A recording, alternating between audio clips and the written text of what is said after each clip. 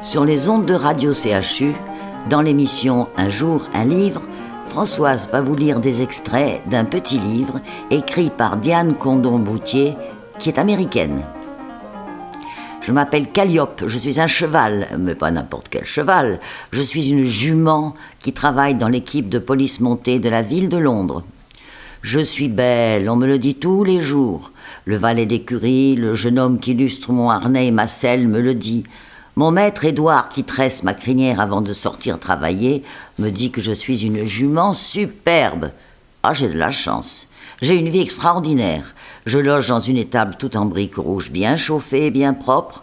Je mange bien, et parfois je vais en excursion à la campagne, profiter de l'air frais et des champs d'herbes douces à perte de vue. Édouard est particulièrement attaché à moi, et nous nous entendons à merveille. Nous nous connaissons parfaitement. Notre travail consiste à patrouiller dans les rues de Londres, portant assistance aux policiers à pied. Édouard et moi sommes amenés à poursuivre des voleurs, mais en général, lorsque les malfrats s'aperçoivent que je suis à leur trousse, ils se rendent, en sachant que ce sera chose facile pour moi de les attraper. Car je suis non seulement belle, mais je suis aussi rapide et impressionnante. Ces derniers temps, j'ai remarqué l'arrivée de beaucoup de soldats à Londres. Édouard discute souvent de guerre avec ses collègues policiers. Nous sommes en 1940 et l'Angleterre est en conflit avec l'Allemagne nazie depuis à peu près 9 mois.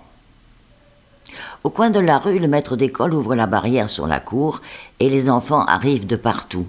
J'adore ce moment de la journée. Une jeune femme arrive habillée d'une robe à fleurs, approche de la barrière, accompagnée d'une petite fille aux cheveux tout bouclés et aux chaussures rouges. « Maman, regarde un zèbre !» Édouard pouffe de rire. La jeune maman prend la petite dans ses bras pour s'approcher un peu timidement de nous.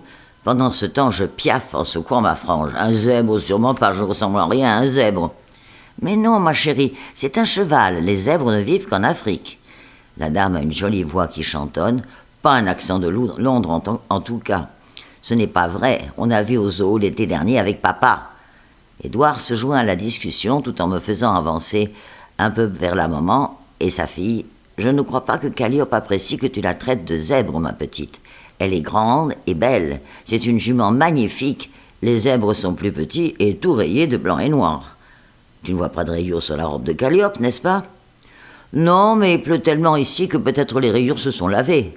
Ah, pour ça, t'as raison, nous avons pas mal de pluie. » Édouard sourit en parlant à la maman. « Elle a du caractère, cette petite. Eh bien, permettez-moi de vous souhaiter la bienvenue au pays des fish and chips. Calliope et moi serons disponibles si vous avez besoin de la moindre chose. » Vers la fin de notre journée de travail, juste avant de rentrer à l'écurie pour notre repos, on s'arrête à l'école au coin de la rue. La petite Antoinette, aux souliers rouges, attend près de la barrière, trépignant sur la pointe des pieds. Les autres enfants partent, en courant, et la laissent seule.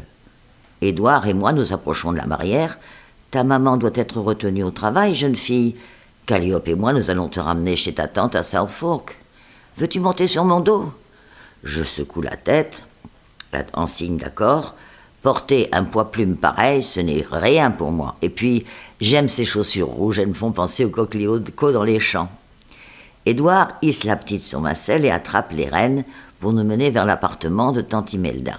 Antoinette est ravie et passe son temps à parler et à rire de joie à chacun de mes pas.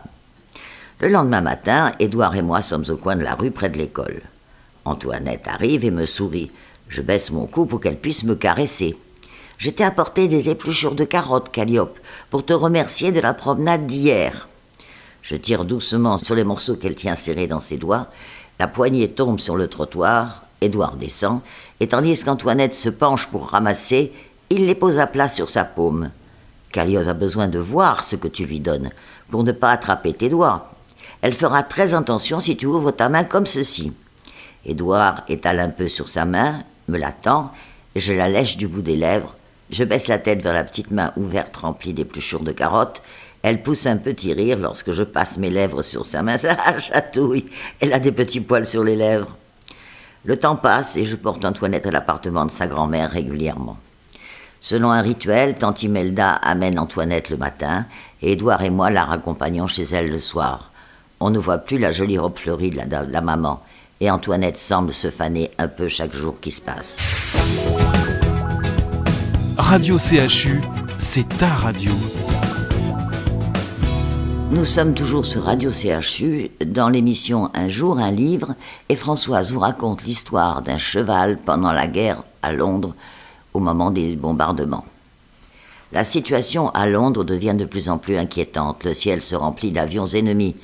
Jour et nuit, des quartiers entiers sont bombardés et des feux gigantesques font rage. Édouard et moi passons de longues heures dans la rue et dans les gens, essayant de répondre aux questions sans réponse. Chaque matin, les Londoniens tentent de faire comme si tout allait bien, mais comme si la nuit d'avant n'avait pas eu lieu. Une nuit, je suis en train de dormir debout sur 3 pattes lorsque les sirènes retentissent de nouveau. J'entends le garçon d'écurie courir le long du couloir en briques et ouvrir mon box en trombe.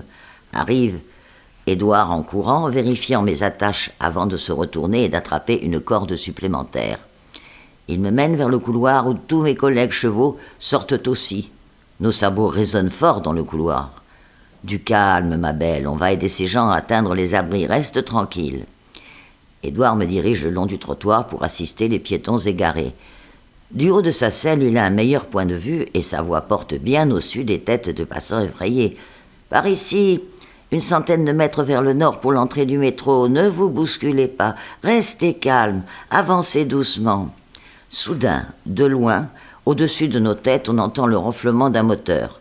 Édouard me tient les rênes d'une main ferme et me glisse à l'oreille « Ne bouge pas, ma belle, reste calme ». Dans le ciel nocturne, une nuée d'avions approche et le bruit s'accroît. Prendre la fuite dans une rue sombre remplie de piétons n'arrangerait rien. Moi aussi, je dois garder mon calme.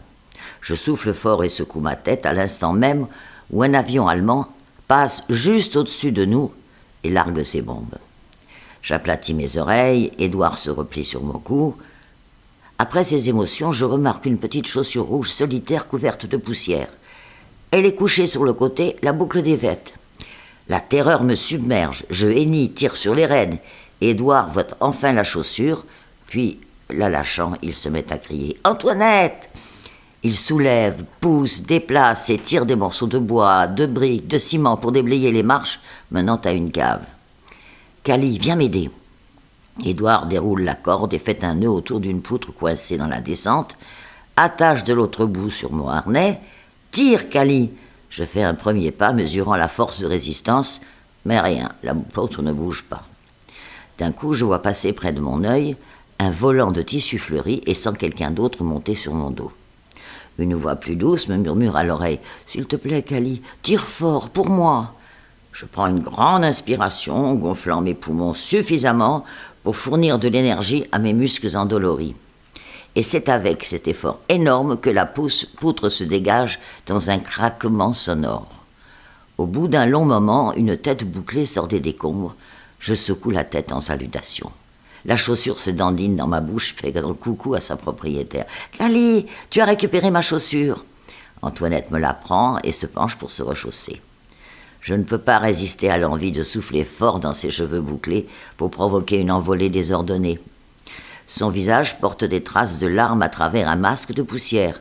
« Oh, je pense que j'ai besoin de prendre un bon bain, » me dit-elle. « Mais toi aussi !» Un nuage de saleté se lève lorsqu'elle passe sa main sur mon nez, qui normalement est décoré d'un blason blanc. Mais malgré tout, je ne me suis jamais sentie aussi belle.